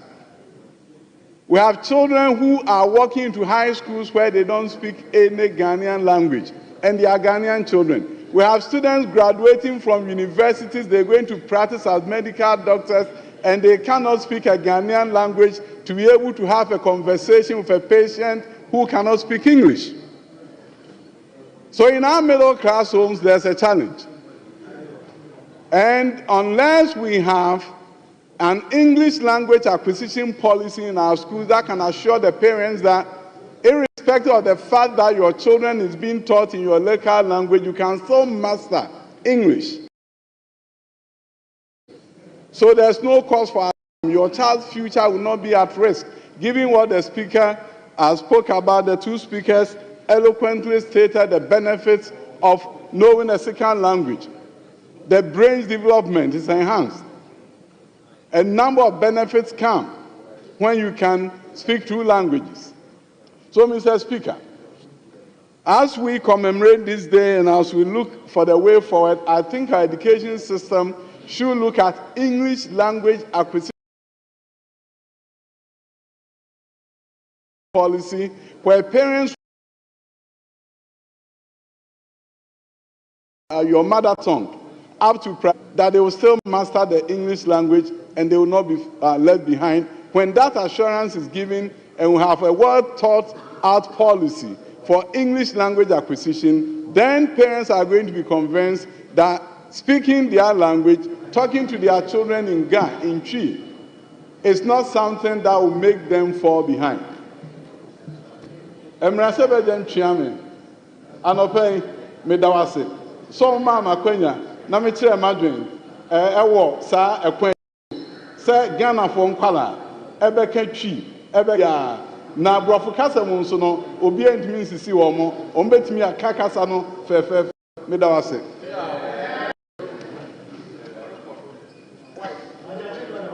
Chairpane. Thank you. To add my voice to the statement. Mr. Speaker, the problem with our, the reason why people are shying away from speaking the local language is because people in Africa and that of Ghana, we are mostly have the perception that somebody accurately speaking the English language is a measure of intelligence, which is not the case. People think because of inferiority complex and they believe that once the child grows up and pick up and able to speak the language, the English, grammatically correct, that child is going to be a smart and intelligent child. In Ghana today, you go to schools and in the classroom when children are speaking the local language, the teacher tends to discipline that child, saying it is a vernacular. It's not allowed. Only English here. These are the things that discourage our children from learning our mother tongue. We must do away with this kind of training from our homes, from our schools, and even in this chamber. When you interact with your colleagues, and you try to learn he or her language, if you make a slight mistake, they tend to mock at you. But if you speak the English, the German, or French, you are considered as a very smart person. That is not acceptable at all. We must show that Africa and Ghana, we have our own language before the migration of the German, the French, the English to Africa. We might hold strongly to our dear language. You go to some families' homes, like the former Minister of Education said, when you greet them in their own language, they respond in English. When you try to interact with the kids in their own language, they respond in English. Meanwhile, the mother, the dad, they are from the same tribe, or they speak the same language, but they don't speak the Ghanaian language to the children because they want to make sure that the children go out and speak the big grammar so that they know that my child is attending this school or that school. So, Mr. Speaker, we must do well as Ghanaians, we must do well as Africans to ensure that our mother tongue, I speak Chekosi. I'm here today to represent the good people of Chereponi, and I really appreciate them for giving me the mandate to represent them here. And I want to stand here to say, Mbisama o, Nja o, Mbwa o. Benyimedusu, ama fama bafe kamba dina fena nyambere ne abwanzama. Dike kerebe kwasu Ghana nuna minu mofanku midan fabukasu. Etienika, wo kerba uba, ameshi anufa nyeni. Neshi pankoma nye, neshi bimoba nye, neshi Hausa. Mama yaka nasara sanga kere. Nasara ni kia kwa shion. So ndamashi, thank you so much. Honorable member, whatever you say, just say it in English for the Hansa to be able to capture. Okay, just to summarize, what I said is that I appreciate the good people of Chereponi for giving me the mandate to represent them. I also entreated them to teach our kids the local language, which is Anufo, the Konkomba language, the Bimoba, the Hausa language, the Fulani language. These are the language, the indigenous language in my constituency. So I entreat them to let the kids learn that language. That is the mother tongue. That is who we are. We are not Europeans. We are not Germans. We are not Americans. We are Ghanaians. We must learn our language. Thank you. Thank you very much. I'm looking at those who have not spoken. Yes, let me give it to our Southwest. Honorable Dapa. Thank you, Mr. Speaker, for the opportunity. Then again, I commend the makers of this statement. In fact, we being Ghanaians, we've taken it in such a way that there is a prestige attached to speaking of English, Dutch, and many languages overseas. Now, here is the case. To me, it's neither here nor there. So I may encourage, especially all languages, 46 or so, that we should embark on it, so at least wherever we stand, we can express ourselves in our local languages. And then based on Order 93, I won't talk for long. Well, I want to say, Mikrom, I have one Southwest for Yansu Yabeka, Bray Bedru Abu Bia Berem, Ewo Yaself and Enina, Onyame Onshiraye. So, honorable member, just to allow the Hansa to capture what you just said. Just briefly state that one in English. Ahafuano, Mikrom, Ahafuano Southwest. Okay. I was just trying to greet the good people of Ahafuano Southwest constituency. Just to encourage them to speak the tree wherever they go. Even in America, Germany, France, wherever they found themselves, they should express the tree language. Thank you very much. I believe a lot of people are desirous. Let me give it to North, or can I call it North?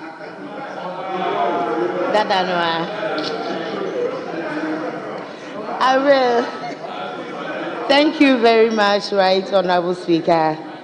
Let me add my voice to thank the maker of the statement and add that it's important that we teach our children how to speak the Ghanaian language first. Mr. Speaker, sometimes when you go to our schools, our kids are being forced to learn other local languages that they do not understand. I would want to encourage that in every region, the first language of the region should be compulsory for all the students to learn.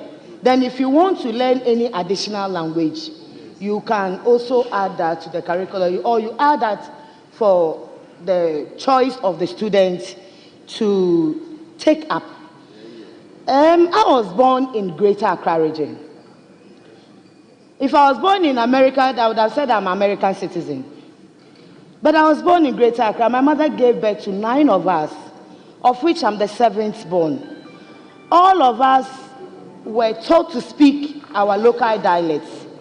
I remember those times, my elder brother, who was frequently speaking Ga in the house. Each time my father was coming from the office, my father used to work with the University of Ghana. They would turn around and say, Numbu Mbaye. To which the old man is coming, it means we need to switch from Ga to our native language. My father got angry one day and then carried all of us to the north.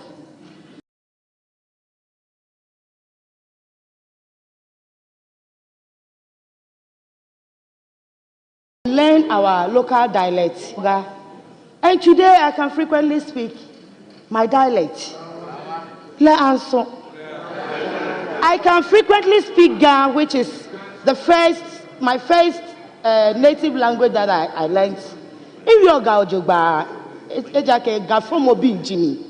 So wait, I speak good Ga because I was born in Greater Accra. But I did not stop at that. I also went further to learn the Frafra language. I come from Bolgatanga in the Upper East region. And so I speak Frafra a lot. It is discouraging for people who are supposed to know better. We sometimes sit on the airwaves and cast insinuations. Recently, our former information minister was heard on radio saying, MPs on this side cannot speak in Parliament because we cannot express ourselves in the English language. This is an information minister. This is somebody who was our information minister. She is my very good friend, and her statements were unfortunate. We should be the ones out there to chart the path for everybody to follow.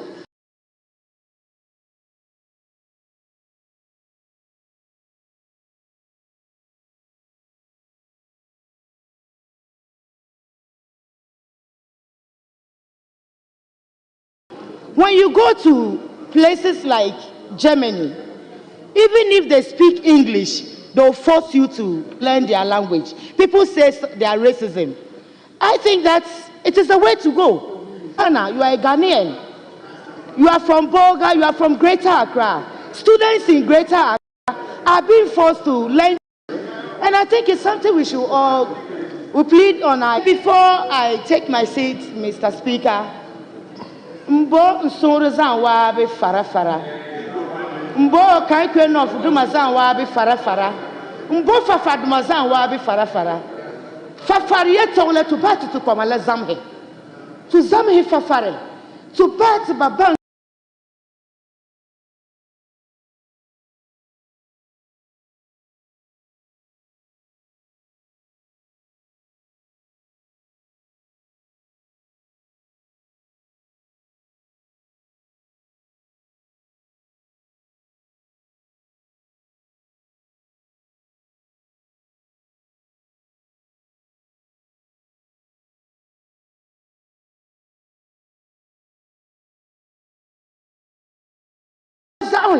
To me long to come babure osaka palwa bayeto bakamina bayeze. To wait, Mr. Speaker. Let's teach some members of parliament speak English with their children in the house. Sabi bama agbebopo ameleno no rio. Somebody will come and say, let's go and I'll go and cut off your head. They don't know what you are saying. And so please, I would like to thank the maker of the statement. Let's not just speak on the floor of parliament. Let's take it out to our constituency and practices. Thank you very much, Mr. Speaker. Thank you very much. Honourable members, I said 2-2, but I think I've gone beyond that. I'm taking last one, and it's going to be very brief. No, Doctor, you have spoken. Let me give it to... But please be brief. Right, Honourable Speaker, thank you very much for giving me this opportunity to also add my voice to the celebration of the Mother Language Day. I also want to commend the two makers of that statement to which we are making contributions.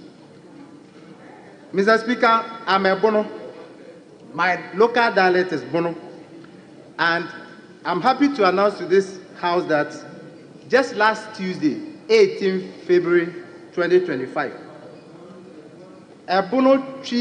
we have a Bono Man Institute, and attempts are being made to document and make it possible for pupils and students in Bono region to have Bono language as one of the languages used for exams and used for all purposes. They are trying to have Bono Bibles so that we can read in the Bono language. Now, the meeting at Sunyane last Tuesday had the theme Language, Our Heritage and Way of Life. And the project entailed documentation, preservation, promotion, writing, and the use of the Bono language, as well as its adoption as a local language in the curriculum for schools in the Bono region. Now, very important dignitaries attended this project, and among them was the president of the Bishops' Conference of Ghana, the vice president of the Bono Regional House of Chiefs, representatives from the Bureau of Ghana Languages, the Bible Society of Ghana, and corporate organizations. And also, we had reps from the Ghana Education Service and the Ministry of Education. Our expectation is that the Bono language, even though it's similar to some other Akan languages, will have its distinct recognition and will be used by pupils and students in Bono region. We've gone... Thank you. Mr. Speaker, as you allowed others to speak in their local dialect, the people of Bono, since I'm the Lone Ranger for MPP in Bono, we want to hear me speak Bono in this house. That is also one unfortunate thing. The Be in Bono means they as a pronoun. So if you are not saying they, just as you cannot say I sees in English, you cannot say be when you mean one person, the singular.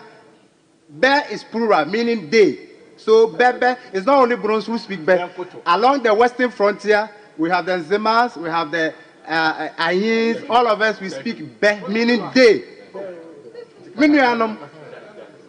Ndanyamia si sende dedue. Manya kwenya meka bono ewo Ghana Parliament. Ma bono fo nyina be temenka so you hear the be. Low ranger. Yeah, bompa say. Nsese abe ye say ye nyina ye de bono kasa ebe sua de ye de aka ne Bible ne ye de aye niema wo ye school abusuafo ho wo bono mani ma ho wo sika ho wo afade a betima aboa bi ye amfa ne ntoboa ne nimde na ye nhwe se ye kasa no ye ne beje ho ye de adijuma ama Ghana fo nyina ho se ampa ye so ye wo kasa bi. To wit, I'm appealing to all bonos to be happy about the fact that now we are making deliberate conscious efforts to have the Bono language recognized, documented, written, and used for all purposes in schools in Bono region, and then to also have the Bible written in the Bono language. Yeah, Thank you. Thank you very much. Thank you so much. Honourable members, let me give finally, let me give it to the Minister for Education, who is actually in charge.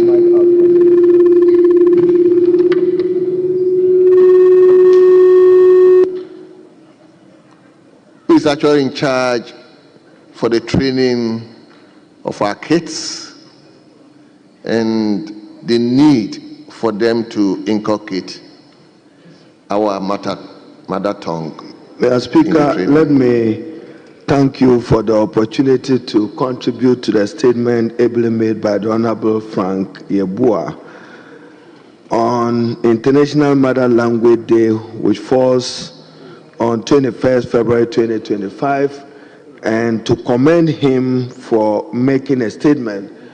And Mr. Speaker, to begin with, as I listen to the debate of honorable members, I'm sure Mr. Speaker is not out of reach that one of these days you have to declare on the floor of this House a local language day, and every member of Parliament must be compelled to speak and debate in his own mother language as part of our collective quest to encourage the use of local language. Mr. Speaker, the second is to appreciate that in Ghana there is no policy shift. Policy mandates the use of local language as a medium of instruction from kindergarten to primary 3 before transition to English. The policy remains the same, but Mr. Speaker, there are difficulties. Apart from the Akan language, Ewe, Gaga, Adangwe, Gonja, Kasim, Dagari, and Dagbani, for many of the languages, there are only reading materials at the early grade. What the country needs is for our intellectuals to develop textbooks in local languages for its use in basic education institutions. All the Ghanaian languages in Ghana have no textbooks. So if you say you want to encourage the teaching of a Ghanaian language, how are you going to do it? So, Mr. Speaker, we will, as government, be reviewing the curricula from pre-basic school to primary 6. And we will inculcate in it. I just recently announced that even the teaching of ethics and integrity, so that young people grow to know that they have a responsibility to their country, they must grow to be responsible citizens, they must grow to love their country. We are discussing how ethics and integrity will become an essential part of the training of young people. But Mr. Speaker, the problem we have at the Ministry of Education, and particularly Ghana Education Service, is the lack of Ghanaian language textbooks. We should encourage persons in academia to want to write in those languages. Mr. Speaker, let me conclude with my broken tree. When I was Minister for Labor and Employment, there was a day much remain said that they were going to go on strike. So I went to the Kuala Lumpur mortuary to engage. Both doctors were in strike. So me call Drew Ho, I'll speak to you and I'll end in Dagbani. Me call Drew Ho no mo dwen say me titwi ana mo kasa me nti ase omo si wo Haruna obetime owrem ha mo kotia kai mo tuye yie na o Haruna obetime owrem ayaresa bia see government Ebola body I carry, AIDS body I carry. Look at my pay. As we got to wit, Mochirima was sharing with me his plight as a Ghanaian worker. He said, Haruna, Ebola body I carry, AIDS body I carry. Look at my pay. It is not good enough. You work for government. Go and tell your government to pay as well. Little did he know that I could understand the particular language in which he was doing. Then in some other by-election, I saw some of our own colleagues speaking Twi and Ewe. They didn't know that my aide spoke fluent Ewe. But that one I won't dare. Apart from Yahweh's or our socialization of a child is a shared responsibility between the parent and the teacher. So, Mr. Speaker, you can imagine